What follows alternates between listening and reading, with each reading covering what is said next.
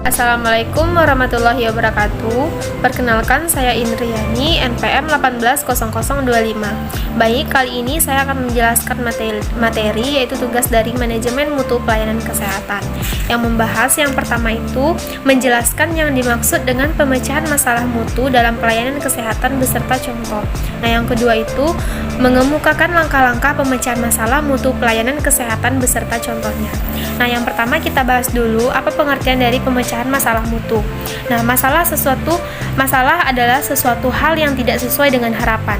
Masalah mutu dalam pelayanan kesehatan yaitu suatu kesenjangan antara harapan dengan kenyataan dari berbagai dimensi mutu dalam pelayanan kesehatan, yaitu kepuasan pasien, kepuasan petugas kesehatan, kepatuhan petugas dalam melakukan standar pelayanan saat memberikan layanan kepada pasien. Nah, contoh masalah mutu pelayanan kesehatannya, yang pertama, rendahnya perlindungan hak konsumen pelayanan kesehatan. Yang kedua, rendahnya profesionalisme tenaga kesehatan. Yang ketiga, sistem pelayanan masih birokratis. Yang selanjutnya yaitu sarana dan fasilitas pelayanan belum memenuhi standar internasional. Nah, yang terakhir masalahnya itu banyaknya keluhan atau ketidakpuasan pasien terhadap pelayanan kesehatan dan terjadinya malpraktek dalam pelayanan kesehatan tersebut. Nah, yang kedua materinya yaitu menjelaskan langkah-langkah dalam pemecahan masalah dalam pelayanan kesehatan.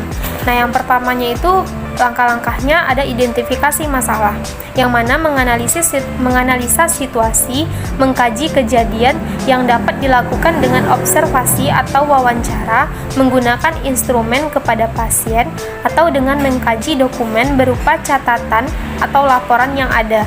Nah, untuk langkah selanjutnya yaitu ada menentukan prioritas masalah. Nah, menentukan prioritas masalah ini dalam pelayanan kesehatan banyak caranya. Nah, antara lain mengkaji dengan menggunakan kriteria metode matematik, Hanlon, Delphi, dan sebagainya. Nah, langkah yang selanjutnya itu perumusan masalah. Agar tim pemecahan masalah dan staf lain yang terlibat dalam proses pemecahan masalah memiliki pemahaman yang sama tentang masalah, maka perlu dilakukan perumusan masalah. Nah, langkah yang selanjutnya yaitu pembentukan tim pemecahan masalah. Dibentuknya anggota yang bekerja sama di area masalah ditentukan dengan maksud mempunyai masalah dan dapat menetapkan pemecahan masalah.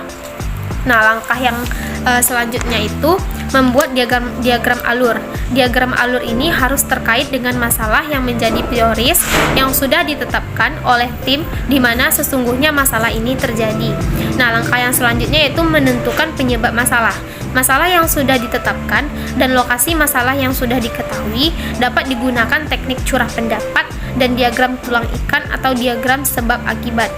Langkah yang selanjutnya yaitu pengumpulan data tentang penyebab masalah, yang mana bertujuan agar kelompok pemecah masalah dapat menentukan penyebab masalah mutu yang paling mungkin dapat dilaksanakan lebih terarah.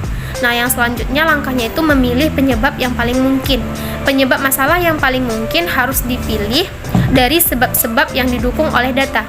Nah, langkah yang selanjutnya penelitian alternatif pemecahan masalah, yang mana penentuan kegiatan-kegiatan sebagai solusi dari masalah yang ada.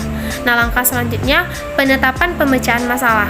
Tidak jarang ditemukan bahwa ada beberapa masalah yang disebabkan yang penyebabnya sudah jelas, dapat dengan mudah ditentukan alternatif pemecahan dan penetapan pemecahan masalah yang ditetapkan secara berurutan. Nah, contohnya itu misalnya masalah yang menyangkut perilaku atau masalah yang lebih kompleks. Nah, langkah yang selanjutnya itu penyusunan rencana aksi, di mana dalam penyusunan rencana aksi ini pemecahan masalah perlu memperhatikan faktor apa yang akan mendukung dan faktor apa yang akan menjadi penghambatnya. Nah, langkah selanjutnya itu aplikasi pemecahan masalah, yang mana masalah harus merujuk pada rencana aksi atau POA yang sudah disusun.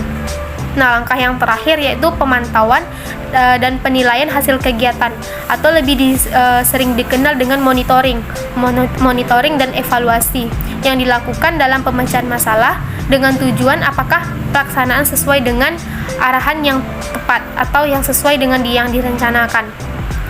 Baik, sekian yang bisa saya sampaikan. Mohon maaf atas kesalahan yang ada. Terima kasih. Wassalamualaikum warahmatullahi wabarakatuh.